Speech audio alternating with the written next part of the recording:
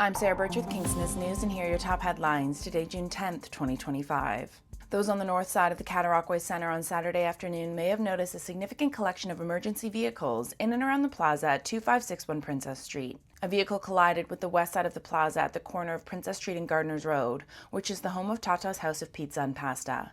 As a result, a 17-year-old driver was charged with careless driving after the incident. Thankfully, no one was injured, but the business will remain closed while the structural integrity of the building can be assessed.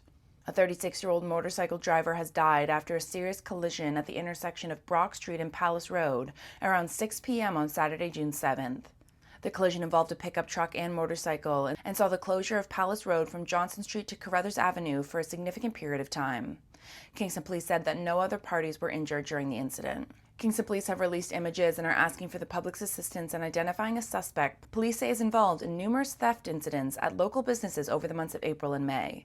The suspect is described as a Caucasian male with large build, brown beard, and wearing black square-rimmed eyeglasses. Police ask anyone with information regarding the suspect's identity to contact Constable Andrew Sullivan via email at asullivan@kingstonpolice.ca. Shortly after 8 p.m. on Friday, June 6, officers performing a ride program stopped a pickup truck where it was noted that a child in the vehicle was not wearing a seatbelt.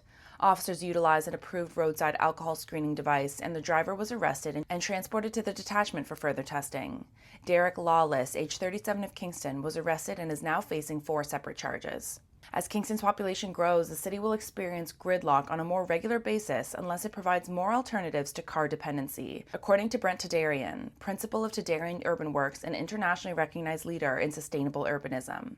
He said cities like Kingston can combat congestion by starting to incorporate multi-modes of transportation into some of its major streets, adding sidewalks, cycling lanes, and transit-friendly access to give commuters more attractive choices than driving. For more on this story and other local news, visit Kingstonist.com. Use my code SarahB2025 for 10% off.